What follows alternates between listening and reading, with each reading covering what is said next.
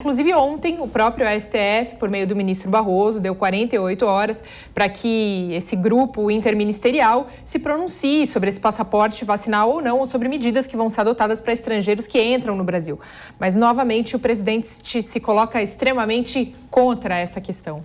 Exatamente, você tocou em dois pontos importantes da conversa, né? A questão da extração em áreas indígenas. Então, em algum momento isso vai mudar, seja nesse governo, seja no próximo governo, enfim. E o STF tem um papel importantíssimo com relação a isso. Eu trataria melhor o STF se fosse o presidente da República.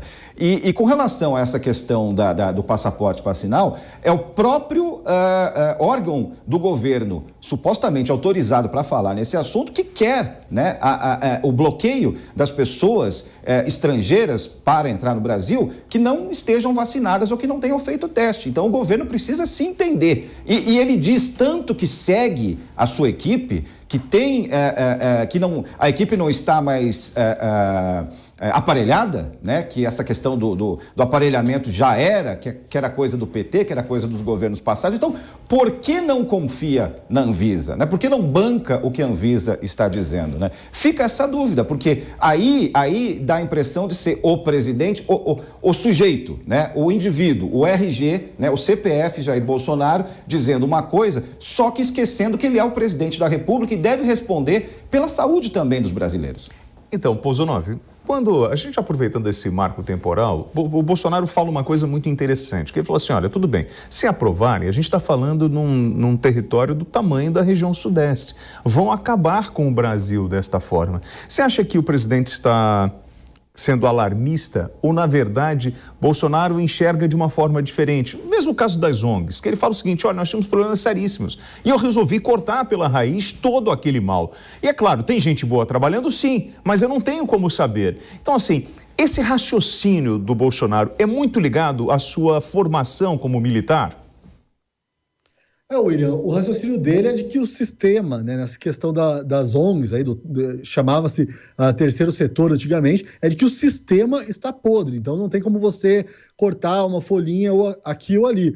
Não sei, precisaria pensar um pouco mais se esse raciocínio me parece bastante torto e radical a princípio. Eu precisaria pensar um pouco mais se esse raciocínio faz sentido ou não no atual conjuntura nossa. Quanto ao marco temporal, realmente me pareceu um exagero do presidente supor aí que tem que demarcar toda uma região sudeste por causa do marco temporal. Mas essa questão do marco temporal realmente é muito importante, muito preocupante para o próprio agronegócio brasileiro. Queria destacar, William, que o presidente disse... Ele quase se arrepende ali, né, de ter assumido a presidência. Disse, eu não sei onde é que eu estava com a cabeça quando decidi concorrer à presidência. É bem interessante quando o presidente confessa ali que, de repente, ele foi empurrado pelas forças históricas para esse cargo. Agora, quanto às alfinetadas até no STF, e quanto a esse passaporte vacinal aí, essa referência que ele fez ao fechamento das fronteiras aéreas. Eu vejo o seguinte, o presidente está vendo essa medida como a ponta do iceberg, é o prenúncio de medidas restritivas mais rígidas novamente, lockdown, todas aquelas medidas que não têm nenhum cabimento científico tomadas por prefeitos aí do interior, como você só podia andar na calçada de um lado, para um lado, e depois na outra calçada do outro lado da rua só podia voltar, por exemplo, não faz nenhum sentido. Aqui em Curitiba tinha uma galeria que deixava meia porta aberta só. Enfim, a ciência foi usada, né, aí a torta e a direita para justificar esse tipo de forma de controle, e o presidente se posiciona contra medidas de controle que se mostraram ineficazes. Quanto ao caso aí da Omicron, a Omicron já está entre nós, já houve passageiros que vieram aí da África do Sul, portando esse vírus, casos leves, não há motivo para pânico, então o presidente se posiciona contra essas medidas restritivas que podem vir a ser aplicadas, mais drásticas, e que vão, obviamente, prejudicar ainda mais a economia. Felipe, você concorda com a frase do presidente de que ninguém ganha a guerra dentro da trincheira? Olha, eu não tive a oportunidade de disputar nenhuma guerra, mas eu estudei várias, né? Inclusive existe a expressão guerra de trincheiras, né? Então, cada guerra é uma guerra e, evidentemente, ele está fazendo uma figura de linguagem com relação a ficar em casa, a economia a gente vê depois, tal. Bom, eu acredito na ciência e acredito muito nas medidas que foram tomadas nos últimos 2 anos, não só aqui no Brasil, mas no mundo, para tentar reduzir a contaminação e reduzir o número de mortos, né? E há como você fazer esses 2 caminhos seguirem paralelos. O caminho da preservação dos empregos, o caminho da preservação das vidas, evidentemente, as vidas importam muito mais. Mas muitos países e muitos estados, né, em menor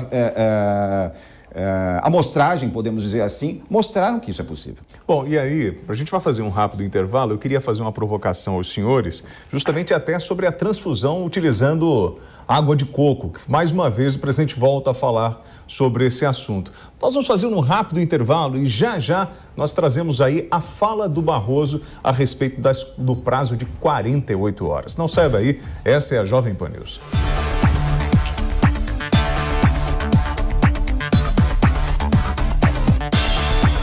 Panflix, a rádio que virou TV na palma de sua mão.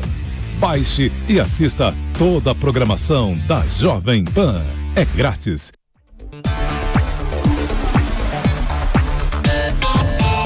A hora certa na Pan, são 13 horas e 12 minutos.